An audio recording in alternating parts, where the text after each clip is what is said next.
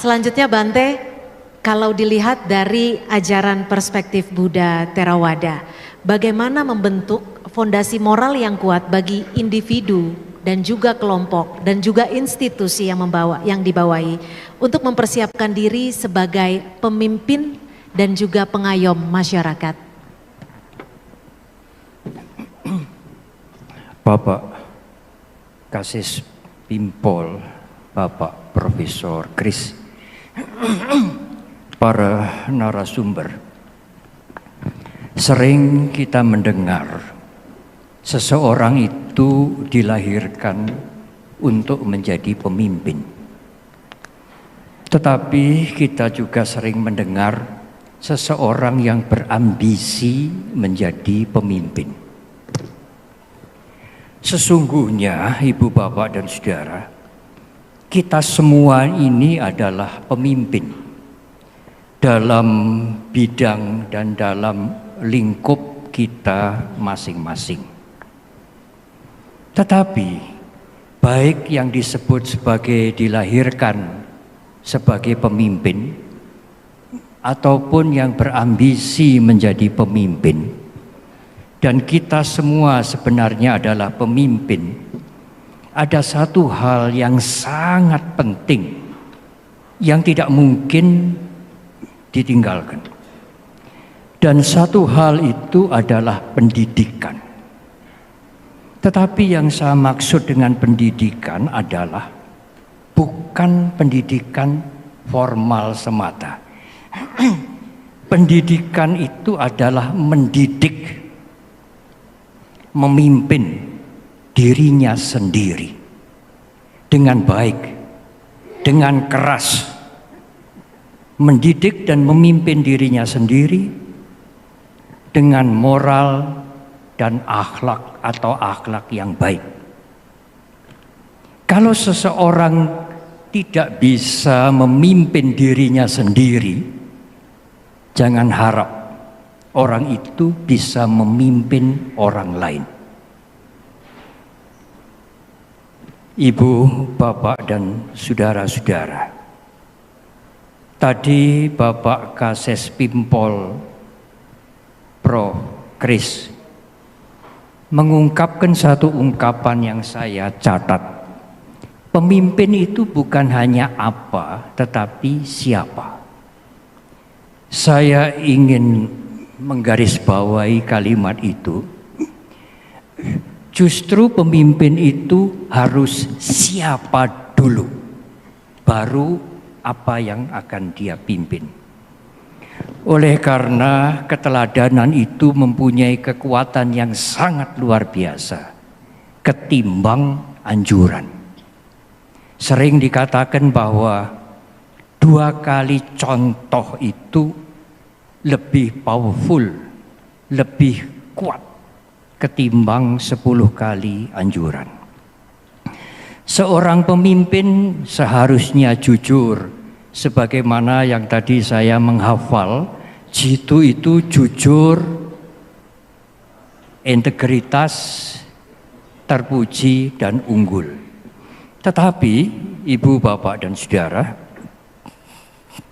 jujur yang ingin saya sampaikan adalah bukan semata-mata jujur kepada orang lain, tetapi jujur atas dirinya sendiri. Dia harus konsisten antara apa yang dia berikan sebagai pemimpin dan perilakunya sendiri. Konsistensi itu akan menjadi integritas. Dan seseorang yang mempunyai integritas itu akan sangat berharga, menjadi terpuji dan unggul karena integritas. Jabatan apapun, apalagi jabatan birokrasi, mohon maaf, hanya sementara. Tetapi integritas itu akan sangat berharga sampai Anda menutup mata. Seorang pemimpin layaknya mempunyai kedewasaan emosi dan keuletan. tidak semata-mata kecerdasan intelektual. Kalau seseorang aware, sadar, dan mengelola emosinya, maka ia akan mampu menjadi pemimpin yang baik.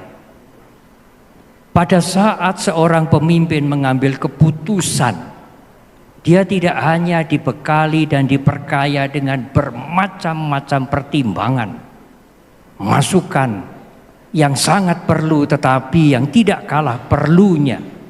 Seorang pemimpin yang akan mengambil keputusan harus mempunyai ketenangan jiwa. Kalau seorang pemimpin yang sedang dibakar dengan kebencian, kemarahan, keserakahan, tidak mungkin dia bisa mengambil keputusan yang bijak. Emosi yang tidak disadari, tidak dijaga, akan menghancurkan dirinya dan menghancurkan banyak orang. Seorang pemimpin yang terakhir, Mbak Rumpas, Monggo Bante. adalah seseorang yang siap untuk berkorban. Saya ingin memaknai pengorbanan ini dengan arti yang lain, seperti yang mungkin sering kita dengar. Apalagi mengorbankan orang lain, jelas tidak. Yang saya maksudkan dengan pengorbanan adalah mengorbankan keakuan. Mengorbankan keakuan adalah pemimpin yang siap mengabdi tanpa pamrih. Saya pernah membaca di salah satu artikel Kompas yang mengutip kalimat Romo Kardinal. Beliau mengatakan bahwa pemimpin itu harus suci. Pemimpin yang suci dari pamrih. Sangat bagus sekali kalimat ini, meskipun tidak mudah untuk dilakukan. Ibu, bapak, dan saudara, seorang pemimpin yang baik adalah pemimpin yang berintegritas, seorang pemimpin yang siap berkorban, mengorbankan keakuan, menghancurkan dan membuang semua pamrih pribadi. Kalau tidak demikian, tidak mungkin dia menjadi pemimpin yang baik. Dalam bahasa daerah dan sudah sering kita mendengar, dan meskipun itu bahasa Jawa, hampir seluruh masyarakat ini mengerti. Satu ungkapan yang sangat baik, seorang pemimpin adalah seseorang yang rame ing gawe, sepi ing pamrih. Semangat mengabdi tetapi bersih, suci dari pamrih. Godaan kita semua, para pemimpin dan kita semua adalah rame ing gawe, rame ing pamrih. Semangat bekerja, rajin, sungguh-sungguh, tetapi juga pamrihnya besar.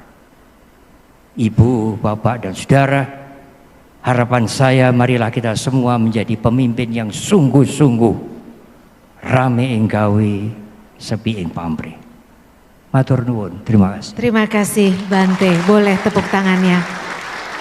Bante, tapi tadi Bante menyebutkan bahwa ketenangan jiwa itu penting ketika memberikan keputusan. Ya. Karena jika keputusan diberikan ataupun dilakukan melalui jiwa yang tenang, hasilnya akan lebih baik. Sangat benar.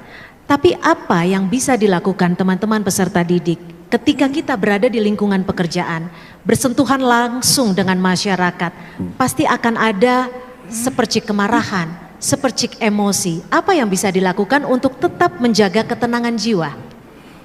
Para pemimpin harus mempunyai waktu untuk olah jiwa. Bagaimanapun caranya. Di Muslim, di Katolik, Kristianiti, di Buddhis, di Hindu, ada cara itu. Cara yang sangat berharga untuk membuat ketenangan batin. Beberapa waktu yang lalu, pada waktu saya diminta berbicara di Borobudur, Kalau batin Anda, jiwa Anda bergolak mendidih seperti air yang mendidih, Anda tidak bisa melihat wajah Anda dengan bening. Pada permukaan air yang mendidih, apalagi letak, kotor. Pada saat air itu menjadi tenang dan kotoran itu mengendap, Anda akan melihat muka Anda yang sebenarnya. Pada saat batin Anda menjadi tenang, Anda akan melihat Anda dengan sebenarnya. Saya teringat beberapa tahun yang lalu, lama sekali, pada waktu Romo Kardinal masih sebagai Uskup Agung Semarang. Beliau menggunakan kalimat sederhana sekali, sangat merakyat. Dan saya ingat sampai sekarang, Romo. Neng, neng, neng, nung. Kalau batin Anda bisa meneng-neng, maka batin Anda bisa neng bening. Kalau bergolak tidak mungkin akan bening. Kalau neng, meneng akan bening, neng. Kalau bening akan nung. Nung itu dunung. Mengerti dengan jelas segala masalah, persoalan dan lain-lain. Sehingga seorang pemimpin bisa mengambil keputusan yang bijak. Karena itu harus ada waktu-waktu untuk meneng. Untuk neng. Supaya bening. Sehingga keputusan itu menjadi keputusan yang bijak. Ya. Dan keputusan itu akan menyangkut, akan berpengaruh pada banyak sekali orang. Ya. Semakin tinggi kepemimpinan mereka, semakin tinggi kepemimpinan mereka, ia harus mempunyai waktu untuk neng, supaya bening. Dan keputusannya keputusan yang bijak. Baik. Matur nuwun. Baik, terima kasih Bante. Kita berikan tepuk tangan yang meriah untuk Bante. Dan kita sudah dengarkan bersama perspektif singkat dari keempat narasumber. Saya yakin ini adalah poin-poin utama, meskipun singkat tapi begitu mendalam. Dan saya yakin dan percaya pasti dari peserta didik ingin bertanya kepada para narasumber. Saya akan sediakan waktu untuk 4 penanya kepada para narasumber kita. Mohon disampaikan pula nama dan juga pertanyaan ditujukan kepada siapa. Sudah ada 2 standing mic di sebelah kiri dan sebelah kanan. Monggo bagi yang ingin bertanya langsung saja.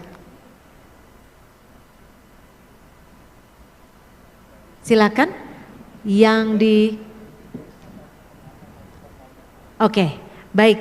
Akan dibagi menjadi satu pertanyaan langsung dijawab. Seperti itu ya Bante ya. Baik, silakan. Ingin ditanyakan kepada siapa?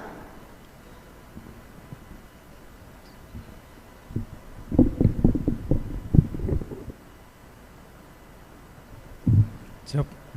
Mohon izin bertanya kepada Biku Sri Matahera terkait dengan ketenangan jiwa dan kebijakan dalam membuat keputusan. Bagaimana jika kita sebagai seorang pemimpin telah memiliki ketenangan jiwa dan juga telah bijak dalam membuat keputusan, dan apabila saat kita menerapkannya di lapangan ditolak oleh masyarakat dikarenakan masyarakat tersebut tidak memiliki cara pandang dan pola pemikiran yang sesuai dengan kita, apa yang harus kita lakukan dalam mengatasi hal tersebut? Terima kasih. Namanya dengan? Siap, mau izin perkenalkan diri dengan Andre Raymond Al-Ghifari. Dipanggil Andre? Siap. Siap, silakan Bante, langsung saja dijawab. Namanya siapa? Andre. Andri. Iya. Baik, Saudara Andri.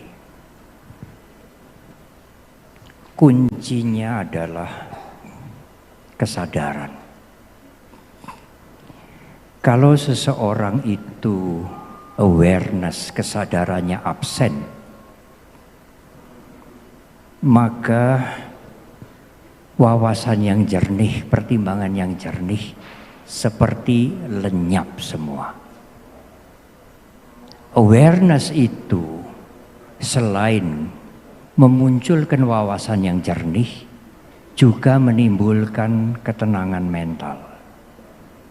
Pada saat mental menjadi tenang, awareness muncul, maka pertimbangan itu menjadi pertimbangan yang bijak. Pertimbangan yang bijak ditandai dengan tidak merugikan orang lain, tidak merugikan masyarakat, tidak menghancurkan institusi, tidak merugikan orang lain, tidak merugikan dirinya sendiri. Dan ini bisa disalahpahami oleh siapa saja. Di dunia yang modern ini, di dunia digital ini, gadget ini, apa saja akan dikritik, apa saja akan dicela. Yang penting adalah mempunyai niat yang baik, yang muncul dari wawasan yang jernih. Dan wawasan yang jernih itu bisa muncul kalau mentalnya tidak kacau, kalau batinnya tenang, dan kuncinya adalah kesadaran. Kalau kesadaran itu absen, apapun yang kita pelajari, apakah itu ajaran agama ataukah itu wisdom yang lain, hilang semua. Kalau mindfulness, kalau awareness itu absen, yang muncul akan kebencian, kemarahan, egoisme, keserakahan, iri hati, dan lain-lain. Tetapi begitu awareness itu muncul, kesadaran itu muncul, kotoran-kotoran mental, mentally defilement itu akan mengendap. Dan sudah tentu pertimbangan dan wawasan yang jernih akan muncul. Karena awareness dengan wawasan yang jernih itu seperti uang yang bermata dua. Tidak ada awareness, tidak ada pertimbangan yang jernih. Kalau ada awareness, tentu ada pertimbangan yang jernih. Dan itu adalah modal utama untuk mengambil keputusan. Persoalan keputusan itu disalahpahami oleh orang banyak. Keyakinan kita sudah benar. Kalau Anda tidak punya keyakinan, kritik dari banyak orang itu akan menghancurkan Anda, mengombang-ambing Anda. Karena Anda memutuskan tidak dengan ketenangan jiwa, tidak dengan wawasan yang jernih. Yakinlah, ketenangan jiwa itu menimbulkan wawasan yang jernih. Dan itu harus diusahakan, dilatih, tidak mungkin diminta dari siapapun. Terima kasih. Terima kasih. Terima kasih Bante. Luar biasa. Karena memang kalau dari sisi masyarakat, kita menginginkannya adalah bersentuhan langsung sebagai pengayom, sebagai sahabat. Dan disitulah ketika teman-teman peserta didik sekalian melaksanakan tugasnya dengan hati, maka semuanya akan terasa lebih ikhlas. Baik, kita masih ada sesi 2 pertanyaan lagi. Jika masih ada 2 penanya, silakan. Oh, sudah ada di sebelah kanan. Izin memperkenalkan diri, nama saya Fauzia. Saya merupakan mahasiswi dari Universitas Pendidikan Indonesia. Dan pertanyaan ini akan saya ajukan, mohon izin kepada Bante. Dan pertanyaannya adalah, sejauh mana seorang pemimpin harus bertanggung jawab atas tindakan-tindakan yang diambil oleh bawahannya jika mereka bertentangan dengan nilai-nilai moral yang dianut oleh pemimpin tersebut. Apakah pemimpin tersebut harus siap berkorban seperti yang disampaikan oleh mohon izin Bante? Terima kasih. Ditujukan kepada siapa Mbak Fauzia? Bante. Baik, silakan Bante. Pertanyaan yang tidak mudah dijawab. Seperti makan buah simalakama. Kalau anak buah melanggar etika, berbuat kesalahan yang sudah jelas, apakah seorang pemimpin mau mengorbankan dirinya untuk menutupi atau pasang badan?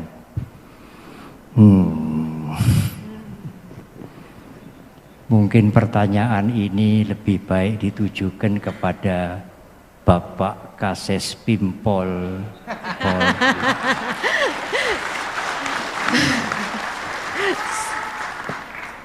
Karena di dalam institusi kami, institusi biku yang disebut dengan sangga, ada pelanggaran-pelanggaran yang berjenjang. Pelanggaran ringan, pelanggaran menengah, pelanggaran berat. Pelanggaran ringan mudah direhabilitasi, direhabilitir. Pelanggaran menengah memerlukan sedikit proses. Tetapi pelanggaran berat harus keluar dari kebikuan. Dia bukan biku lagi. Seperti kaca yang pecah. Tidak mungkin disambung kembali. Kalau disambung kembali, retakannya itu masih kelihatan. Kita harus melihat di dalam institusi kami. Untuk institusi polisi, Bapak Kases Pimpol harus menjawab. Di dalam institusi kami, kebikuan, ada pelanggaran ringan, menengah, dan berat. Pelanggaran berat adalah patah arang. Seperti arang yang sudah patah, tidak mungkin disambung lagi. Dia tidak mungkin kembali menjadi biksu. Kapan dia bisa menjadi biksu lagi? Kalau sudah lahir kembali. Lahir kembali kalau dia dilahirkan menjadi manusia lagi. Baru dia bisa menjadi biksu lagi. Tapi dalam kehidupan sekarang, kalau dia melakukan pelanggaran berat, pimpinan dengan persetujuan lembaga harus memotong. Karena kalau tidak dipotong, lembaga akan menjadi hancur. Itu akan menular. Harus memotong. Memotong bukan dengan kebencian, tetapi dengan kebijaksanaan dan kasih sayang. Kasih sayang untuk melindungi institusi. Kalau kami membiarkan, noda itu akan menghancurkan institusi. Dengan pikiran yang tenang, kita akan mempunyai wawasan yang jernih. Dan keputusan harus diambil. Kalau keputusan mendapatkan kritik dari banyak orang, tidak soal. Seorang penemu program Apple mengatakan, saya mengirimkan kalimat itu kepada Mas Bowo. Kalau pemimpin tidak mau dikritik, ingin disenangi banyak orang, jadilah penjual es krim saja. Terima kasih. Terima kasih Bante. Mohon izin perkenalkan diri, kami Zaki Ananda Kurniawan, pangkat Brigadir 2 Taruna, nomor akademi 2095. Mohon izin bertanya. Sebelumnya terima kasih kepada Kasespim Lemdiklat Polri yang telah memberikan kesempatan kami, yang kami hormati Kasespim Polri, para narasumber, moderator, dan para peserta seminar sekolah yang berbahagia. Mohon izin kami menunjukkan pertanyaan ini kepada Biku Sri Panavara Mahatera. Beliau menyampaikan bahwa setiap orang adalah pemimpin dalam bidang yang kita tekuni. Dan kepemimpinan tersebut ditemukan melalui proses perenungan panjang seseorang. Dari awal menemukan, mendalami, hingga menguasai dan mengaplikasikan kepada anggota yang dipimpinnya. Kunci utama kepemimpinan adalah ketenangan atau awareness. Konsistensi belajar dari pengalaman-pengalaman dan masalah-masalah yang dialami untuk mengambil sebuah pilihan kepada anggotanya adalah kunci seorang pemimpin yang bijak. Mohon izin pertanyaan kami, bagaimana seorang pemimpin yang sudah belajar, merenungi, memahami, dan mengambil pelajaran dari setiap pengalaman-pengalaman yang dia alami untuk mengatasi sebuah masalah modern yang baru ada, yang baru muncul, yang belum pernah dialami oleh pemimpin manapun, contohnya saat ini dalam globalisasi. Bagaimana pemimpin tersebut, satu, mengambil suatu keputusan, yang kedua, mengambil pertimbangan dan kepada siapakah pemimpin tersebut itu menjadikan titik pertimbangan atau titik konsultasi yang dijadikan acuan sehingga beliau atau pemimpin tersebut menjadi bijak dalam mengambil sebuah pilihan untuk anggota-anggota yang dipimpinnya. Seperti itu Bante. Terima kasih. Baik, terima kasih Mas Kurniawan. Panjang juga pertanyaannya nih. Bante paling laku sepertinya. Silakan di Bante, monggo dijawab. Nanti selanjutnya Romo dan Pak Andre. Izinkan saya menjawab tidak terlalu panjang. Kalau memerlukan uraian yang panjang, mungkin harus ada seminar baru. Saya ingin merangkum dengan jawaban sederhana dari dua penanya. Memang memberikan teladan dan mampu diteladani sebenarnya itu bukan tujuan. Apa artinya? Saya misalnya sebagai contoh, bukannya berpikir aku harus jadi teladan, aku harus jadi teladan, aku harus jadi teladan. Tidak. Kalau seseorang belajar terus-menerus sampai kapanpun, sampai menutup mata, sebagai proses pembelajaran dalam kehidupan ini, kemudian dia menjaga perilakunya. Dia mempunyai integritas. Dan integritas itu dibangun tidak nanti sore kemudian besok selesai. Dibangun cukup lama. Konsistensi itu, keberlangsungan itu membangun integritas. Dengan kesungguhan hati, dengan belajar, dengan keuletan. Nah, integritas itu akan menjadi keteladanan. Sudah otomatis. Saya tidak meng-create, membuat diri saya agar menjadi teladan.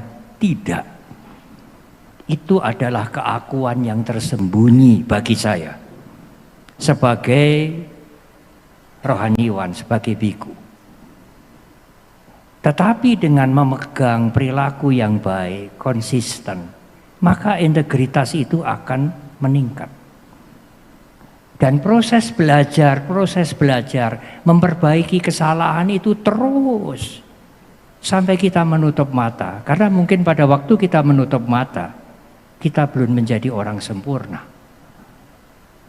Nah, integritas itulah yang kemudian tumbuh, kemudian berkembang, akan difahami oleh yang lain.